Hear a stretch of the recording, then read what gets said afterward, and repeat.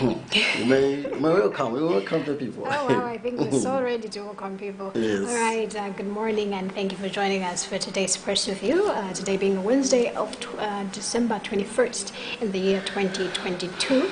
And as usual, in today's Press Review, we'll be taking you through some of the stories that are appearing in our newspapers. You'll be with me, Tandy Wemzamara, and I'll be taking you through the Daily Times, and my colleague Kingmate Kamendo, and I'll be guiding you through the national newspaper. Right, I will start on the front page here.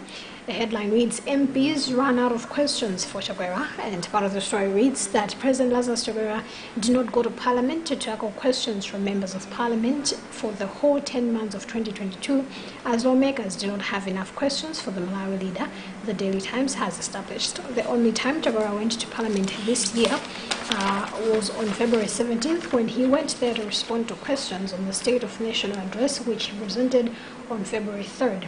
Parliament spokesperson Ian Mwenye said yesterday that the August House did not have the right number of questions to warrant the summoning of the president. All right, on the front page of the national newspaper, there is a story which says Korea death toll is 110, and it has two captions. The first one, Luntha recording highest daily cases, and the ministry moves to scale up should be interventions. But the story says Minister of Health says it is moving to step up interventions as the country continues to grapple with cholera outbreak, which has to date claimed 110 lives. Data from the ministry shows that the country has registered 71 deaths in the past 2 weeks, with Tuesday recording 6 deaths and 189 cases, bringing the number of cases to 13,837. All right, still on local news, a headline here reads non-communicable diseases worry researchers, and part of the story reads that health researchers have expressed worry over rising cases of non-communicable diseases, NCDs, citing diabetes and hypertension. One of the researchers from Kamuzu University of Health Sciences, KUHES, Tamala Apiri, described the situation in Mangochi district at a research dissemination meeting. At the meeting, researchers shared results of research into the extent to which NCDs are affecting Malawi.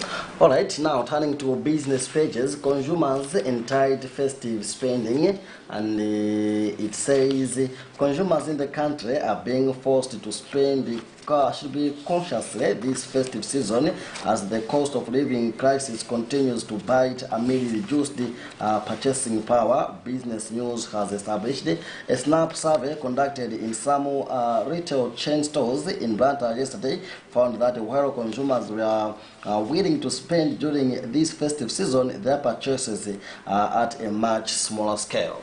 All right, speaking of business news in the Daily Times newspaper, a headline here reads World Bank sees 2.2% GDP growth in 2023. Now, part of the story reads that the World Bank has said it expects the local economy to swell by 2.2% in 2023, up from 0.9% this year. In its 16th Malawi Economic Monitor memo, the bank says growth in 2023 will be driven in particular by recovery of the agricultural sector. The bank has, however, said a full recovery of the local economy to a pre-COVID growth path is not expected in the near term. All right, now moving on to international stories, I have one which says the ANC dares critics to start on political parties, and partly the story says the newly elected Secretary General for South Africa's ruling African National Congress, ANC, Fikile Mbalula, has fired warning shots to party critics, vowing to deal with any future political dissent that arises in the party. He said this on Monday in his maiden speech as ANC Secretary General following the end of the party's national elective conference that re-elected President Cyril Ramaphosa as its leader for a second and final 5-year term. Speaking of international news here, a headline reads India beefs up military at tense China border, and part of the story reads that India's foreign minister has said the country has scaled up troop deployment along a disputed border with China to an unprecedented level.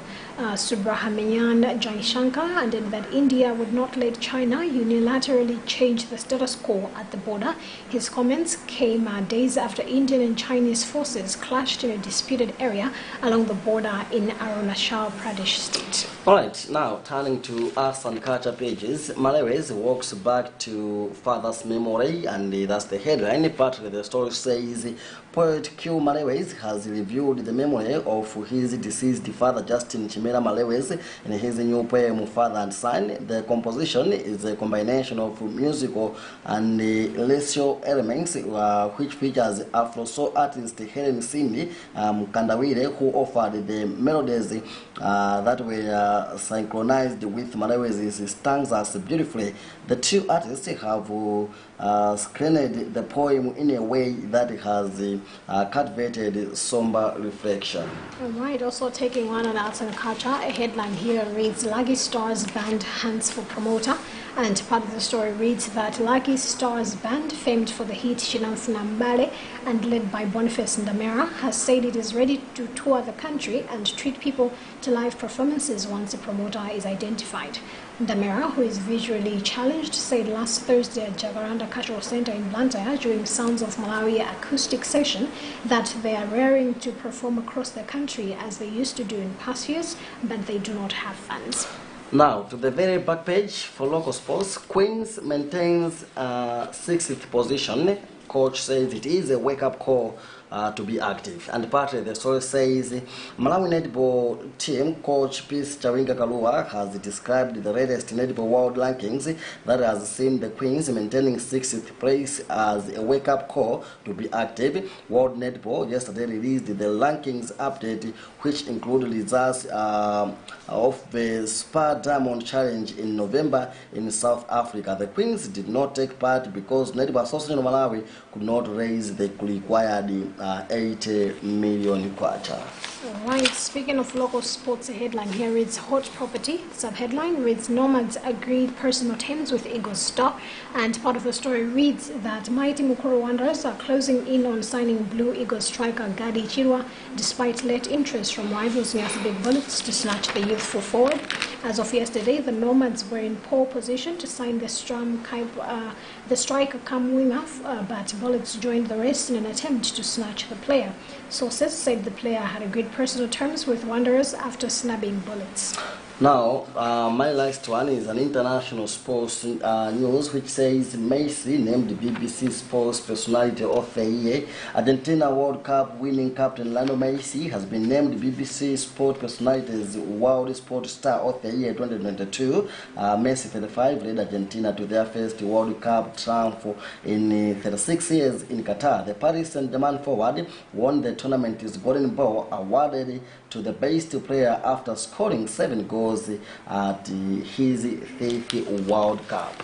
Speaking of international sports, a headline here is Benzema hints at retirement, and part of the story reads that France striker Karim Benzema has tweeted that his journey with the national team is ending. Benzema, who turned 35 on Monday, missed the World Cup through injury as Les Blues lost 4-2 on penalties to Argentina in the final. Now, with that, we have also come to the very end of today's program of Press Review here on Luntha Television. Remember, we have just tackled some of the stories that are appearing in both papers, The Nation as well as the Daily Times. But maybe you may be interested to read more on these stories, and also those that we didn't read here. The copies are going out at 1,000 kwacha each. I think you've said pretty much, but thank you so much for being there, and we urge that you do continue following the rest of our programs right here on Luntha TV. You've been with me, Tandy Wimzumara, and my colleague King Major Kamwendo. Have a lovely Wednesday.